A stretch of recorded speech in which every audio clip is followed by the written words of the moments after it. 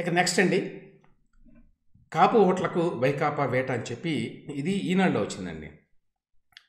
పవన్ కళ్యాణ్ ప్రభావం నుంచి కాపుల ఓట్లు చీల్చేందుకు ఎత్తుగడ అని. ఇది గత కొంతకాలంగా జగన్మోహన్ రెడ్డి గారు పవన్ కళ్యాణ్ మీద అవాకులు చవాకులు పెరగడమే కాకుండా జనరల్గా కాపుల మీద కూడా కొన్ని కామెంట్స్ చేస్తూ వచ్చారంటే రిజర్వేషన్ ఇవ్వకపోవడం కానివ్వండి, ఆయన మాట్లాడిన విధానం కానివ్వండి, ఉద్దేశపూర్వకంగానే నేను దూరంగా పెడుతున్నాను అనేటువంటి ఒక ఇంప్రెషన్ ఇచ్చారు. అయితే ఈ మధ్యకాలంలో పవన్ కళ్యాణ్ ఎప్పుడైతే తెలుగుదేశం పార్టీతో కూడా కలిశాడో అప్పటి నుంచి కూడా జగన్మోహన్ రెడ్డి గారికి నిద్ర పట్టడం వల్ల, ఎందుకంటే ఉన్న కాపు ఓట్లు ఎంత పర్సంటేజ్ అయినా కానివ్వండి అవి కూడా తెలుగుదేశం పార్టీ కనుక వస్తే ఈసారి ఎన్నికల్లో అది చాలా కష్టమవుతుంది. కాబట్టి ఏదో విధంగా కాపు ఓట్లను చేల్చాలి అనేది బాగా ప్రయత్నం అండి. అందులో భాగంగానే పవన్ కళ్యాణ్ మీద పెద్ద ఎత్తున అటాక్ చేస్తున్నారు.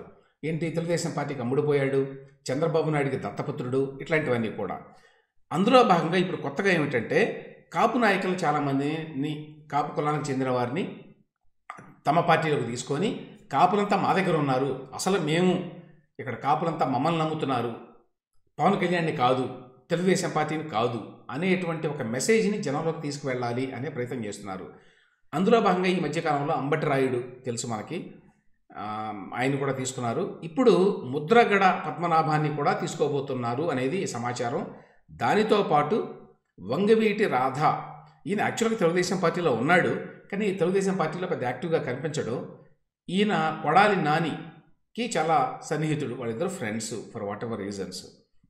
ఈ మధ్యకాలంలో ఇద్దరు కలిసి కాశీకి కూడా వెళ్ళారు, వంగవీటి రంగా గారికి సంబంధించి ఏదో కార్యక్రమం చేయడానికి వారణాసిలో. సో ఆయన ద్వారా వంగవీటి రాధాను కూడా ఇప్పుడు వైసీపీలోకి తీసుకొని ఆయనకి ఎక్కడో చోట సీట్ ఇవ్వాలి ఎమ్మెల్యేగా అని చెప్పి అనుకుంటున్నారు అనేది ఈ వార్త సారాంశం అండి. ముద్రగడ సంగతి ఎలాగో తెలిసిందే. ముద్రగడ మొదటి నుంచి కూడా పవన్కి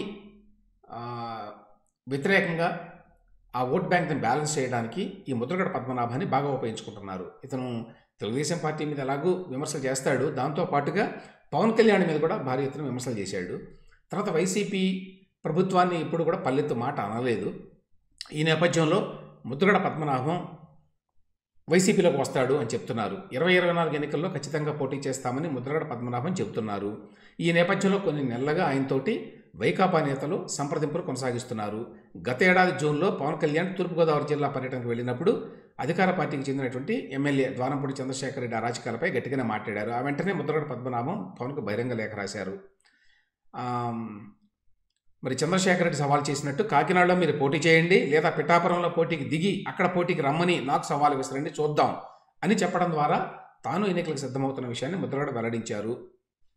సో ఈ నేపథ్యంలో వీళ్ళిద్దరూ కూడా రాబోతున్నారు అనేది ప్రధానంగా ఈ వార్త సారాంశం అండి.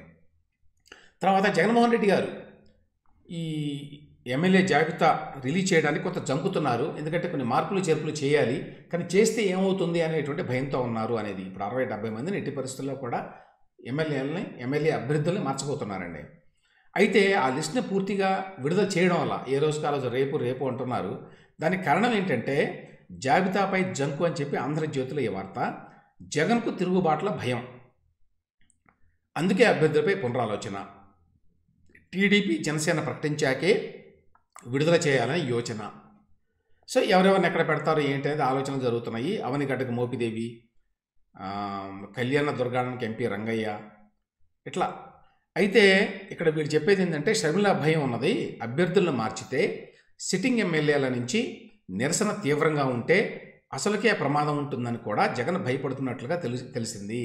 అది ఇప్పుడు షర్మిల వచ్చింది అనుకోండి ఒకళ్ళ కాంగ్రెస్ పార్టీలోకి, ఈ వారంలో రావచ్చు, వస్తే ఇప్పుడు ఆల్టర్నేటివ్ ఉంటుంది వీళ్ళందరికీ. వీళ్ళు పొరపాటున తెలుగుదేశం పార్టీ అన్నా జనసేన అన్నా ఇష్టం లేని వాళ్ళు చాలామంది ఉంటారు, కాంగ్రెస్ పార్టీ వైసీపీలో ఉండేవాళ్ళు.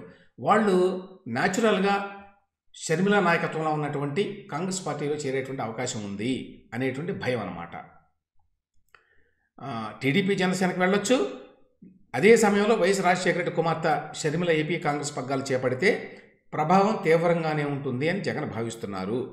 అదనమాట. ఆ భయంతో కొంత బ్రేక్ పడింది అని చెప్పి ఈ వార్త సారాంశం. ఇదొక ఆసక్తికరమైన వార్త అండి.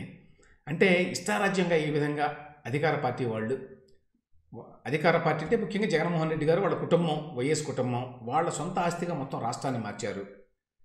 వాళ్ళు రాష్ట్రాన్ని వాళ్ళ సొంత ఆస్తిగా మార్చడానికి మిగతా వాళ్ళంతా ఎట్లా హెల్ప్ చేస్తున్నారు.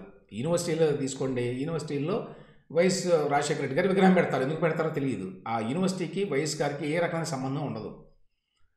ఆ విధంగా వైస్ ఛాన్సలర్లు ఏంటి, జగన్మోహన్ రెడ్డి గారి మెప్పు పొందడానికి ఆ విధంగా చేస్తున్నారు. ఇప్పుడు చెవిరెడ్డి భాస్కర్ రెడ్డి గారు చంద్రగిరి, ఈయన చాలా సన్నిహితుడు జగన్మోహన్ రెడ్డి గారికి, వైఎస్ కుటుంబానికి. ఈయనట పాకాల మండలం ముద్దలపల్లి గ్రామంలో వరుసగా అన్ని వైఎస్ఆర్ రోడ్ అని పేర్లు పెట్టాట. అదేంటో బొమ్మ కూడా వేశారు వీళ్ళు.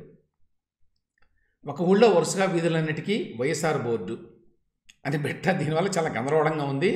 వీధి వీధిన అడుగడుగున వైఎస్ఆర్ రోడ్డు పేరిట ఉన్న బోర్డులే కనిపిస్తున్నాయి.